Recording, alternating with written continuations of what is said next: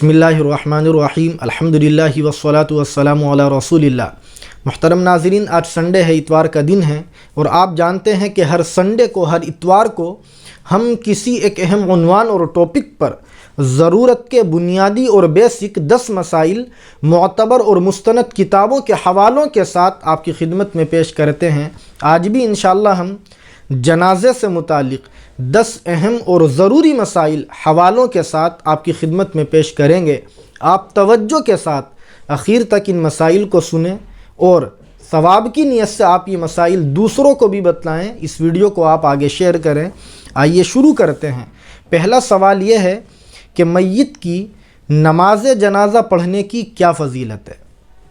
دیکھیے گا، بخاری شریف میں 131 نمبر پر ایک روایت ہے۔ اللہ کے نبی علیہ السلام ارشاد فرماتے ہیں کہ من شہید الجنازۃ حتی یصلی علیہ فلہ قیرات، کہ جو شخص نماز جنازہ تک میت کے ساتھ رہتا ہے، یعنی وہ جنازے کی نماز میں شرکت کرتا ہے، تو اللہ تعالیٰ اس کو 1 قیرات کا ثواب عطا فرماتے ہیں۔ آگے آپ نے فرمایا کہ ومن شہید حتی یدفن کان لہو قیراتان، کہ جو شخص تدفین تک جنازے کے ساتھ رہتا ہے، یعنی میت کے دفنانے میں وہ شرکت کرتا ہے، تو اللہ تعالیٰ اس کو 2 قیرات کا ثواب عطا فرماتے ہیں۔ اب اس کو ہم سمجھے کہ قیرات ہوتا کیا ہے، قیرات کس کو کہتے ہیں؟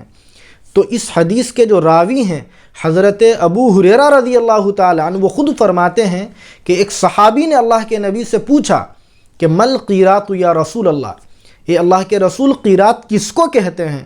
تو آپ نے جواب میں ارشاد فرمایا تھا مثل الجبلین العظیمین، کہ 2 بڑے پہاڑوں کے برابر اللہ تعالیٰ اس کو ثواب عطا فرماتے ہیں۔ تو نماز جنازہ پڑھنے کی بہت بڑی فضیلت اللہ کے نبی علیہ السلام نے ہمیں بتلائی ہے، اس لیے جب بھی موقع ہو ہمیں نماز جنازہ میں ضرور شرکت کرنی چاہیے۔ دوسرا سوال یہ ہے کہ قبرستان میں جنازے کی نماز پڑھنا جائز ہے یا نہیں ہے؟ شریعت کا اس میں کیا حکم ہے؟ دیکھیے گا، مسلم شریف میں 972 نمبر پر ایک روایت ہے۔ اللہ کے نبی علیہ السلام ارشاد فرماتے ہیں لا تجلسوا علی القبور ولا تصلوا الیہا، کہ تم لوگ قبروں پر بیٹھا بھی مت کرو اور قبروں کی طرف رخ کر کے تم نماز مت پڑھا کرو۔ اس روایت کی روشنی میں فقہ کی مشہور کتاب فتاوی شامی میں جلد 2 صفحہ 425 پر علامہ شامی رحمۃ اللہ علیہ نے یہ فتویٰ لکھا ہے کہ اگر قبرستان میں ایسی جگہ جنازے کی نماز پڑھی جائے جہاں قبریں موجود نہ ہوں، تو ایسی جگہ میں نماز جنازہ پڑھنا بغیر کسی کراہت کے جائز اور درست ہے۔ تیسرا سوال یہ ہے کہ کیا خودکشی کرنے والے کی نماز جنازہ پڑھی جائے گی؟ بہت سے لوگ یہ کہتے ہیں کہ جو شخص خودکشی کر کے مر جائے تو اس کی نماز جنازہ نہیں پڑھنی چاہیے۔ شریعت کا اس میں کیا حکم ہے؟ دیکھیے گا، خودکشی کرنا بہت بڑا گناہ ہے، جائز نہیں ہے، حرام کام ہے۔ احادیث مبارکہ میں خودکشی کرنے والوں کی سخت وعید اللہ کے نبی علیہ السلام نے بیان فرمائی ہیں، لیکن ہم اہل سنت والجماعت کا عقیدہ یہ ہے کہ خودکشی کرنے والا آدمی کافر نہیں ہوتا، وہ آدمی اسلام کے دائرے سے خارج نہیں ہو جاتا۔ اسی لیے فقہ کی مشہور کتاب فتاوی تاتار خانیہ میں جلد 3 صفحہ 56 پر اس سلسلے میں یہ فتویٰ لکھا ہے کہ خودکشی کرنے والے کی نماز جنازہ پڑھنا فرض ہے، لفظ فرض لکھا ہوا ہے، اور آگے لکھا ہے کہ بغیر نماز جنازہ کے خودکشی کرنے والے کو دفنانا جائز نہیں ہے، اس کی نماز جنازہ پڑھنا فرض ہے اور اس کی نماز جنازہ ہمیں پڑھنی ہی چاہیے۔ چوتھا سوال یہ ہے کہ بہت سی عورتیں آج کل یہ کہتی ہیں کہ ناپاکی کی حالت میں عورت کو میت کا چہرہ نہیں دیکھنا چاہیے، یہ گناہ کی بات ہے۔ شریعت کا اس میں کیا حکم ہے؟ آپ اس کی وضاحت کریں۔ دیکھیے گا، فقہ کی مشہور کتاب فتاوی شامی میں جلد 3 صفحہ 90 پر یہ فتویٰ لکھا ہے کہ ناپاکی کی حالت میں عورت میت کا چہرہ دیکھ سکتی ہے جائز اور درست ہے، البتہ میت کا چہرہ دیکھنے کے بعد ناپاک عورت کو وہاں نہیں بیٹھنا چاہیے، فوراً وہاں سے ہٹ جانا چاہیے۔ پانچواں سوال یہ ہے کہ اگر کوئی شخص جل کر مر جائے تو اس کو غسل دیا جائے گا یا بغیر غسل کے ہی اس کو کفنا کر دفنا دیا جائے گا؟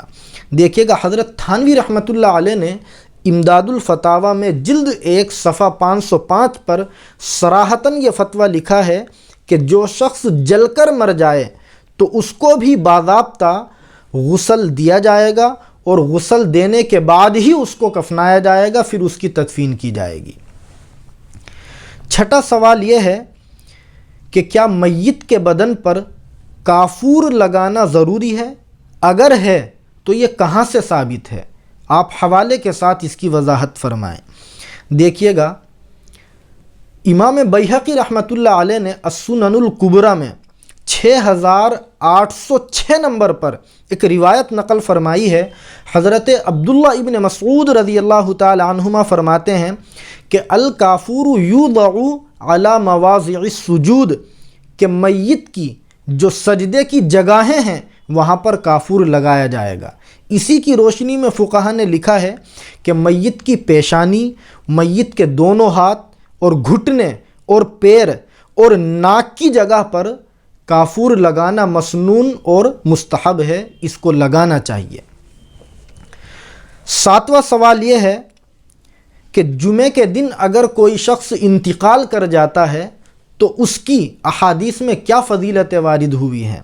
دیکھیے گا، ترمذی شریف میں 1074 نمبر کی روایت ہے۔ اللہ کے نبی علیہ الصلاۃ والسلام ارشاد فرماتے ہیں کہ ما من مسلم یموت یوم الجمعہ او لیلۃ الجمعہ الا وقاہ اللہ فتنۃ القبر، کہ جو مسلمان جمعے کے دن یا جمعے کی رات میں انتقال کرتا ہے تو اللہ تعالیٰ اس کو قبر کے عذاب سے محفوظ فرما دیتے ہیں۔ یہ بڑی فضیلت اللہ کے نبی نے بیان فرمائی۔ آٹھواں سوال یہ ہے کہ جنازہ لے جاتے وقت میں مسلمانوں کو کیا پڑھنا چاہیے، کون سا ذکر کرنا چاہیے، اس سلسلے میں شریعت کیا کہتی ہے؟ دیکھیے گا، المعجم الکبیر میں 5130 نمبر پر ایک روایت ہے۔ حضرت زید بن ارقم رضی اللہ تعالی عنہ فرماتے ہیں کہ اللہ کے نبی علیہ الصلاۃ والسلام نے یہ ارشاد فرمایا کہ اللہ تعالیٰ 3 جگہوں پر خاموش رہنے کو پسند فرماتے ہیں۔ ان 3 جگہوں میں سے ایک جگہ آپ نے یہ بیان فرمائی کہ عند الجنازہ، کہ جنازے کے وقت میں مسلمان کو خاموش رہنا چاہیے۔ اللہ تعالیٰ کو جنازے کے وقت میں مسلمان کی خاموشی پسند ہے۔ اس روایت کی روشنی میں فقہ کی مشہور کتاب فتاویٰ تاتار خانیہ میں جلد 3 صفحہ 37 پر یہ فتویٰ لکھا ہے کہ جنازہ لے جاتے وقت میں زیادہ بہتر یہ ہے کہ مسلمان خاموش رہے، لیکن اگر کوئی شخص ذکر کرنا چاہے تو اس کو چاہیے کہ وہ دل میں ذکر کرے، بلند آواز سے۔ جنازہ لے جاتے وقت میں ذکر کرنا مکروہ ہے، پسندیدہ نہیں ہے۔ 9واں سوال یہ ہے کہ عیدگاہ میں جنازے کی نماز پڑھنا جائز ہے یا نہیں ہے؟ دیکھیے گا، حاشیۃ التحتاوی میں صفحہ 595 پر یہ مسئلہ لکھا ہے کہ عیدگاہ میں جنازے کی نماز پڑھنا بغیر کسی کراہت کے جائز اور درست ہے۔ 10واں اور آخری سوال یہ ہے کہ جنازے کے آگے چلنا چاہیے مسلمانوں کو یا پیچھے، شریعت کا اس میں کیا حکم ہے؟ دیکھیے گا، فتاویٰ شامی میں جلد 1 صفحہ 834 پر علامہ شامی رحمۃ اللہ علیہ نے یہ فتویٰ لکھا ہے کہ جنازے کے پیچھے چلنا مسلمانوں کے لیے افضل اور مستحب ہے۔ تو یہ جنازے سے متعلق 10 اہم اور ضروری مسائل تھے جو حوالوں کے ساتھ آپ کی خدمت میں پیش کیے گئے ہیں۔ اللہ تعالی ہم سب کو شریعت کی صحیح سمجھ نصیب فرمائے۔ والسلام علیکم ورحمۃ اللہ وبرکاتہ۔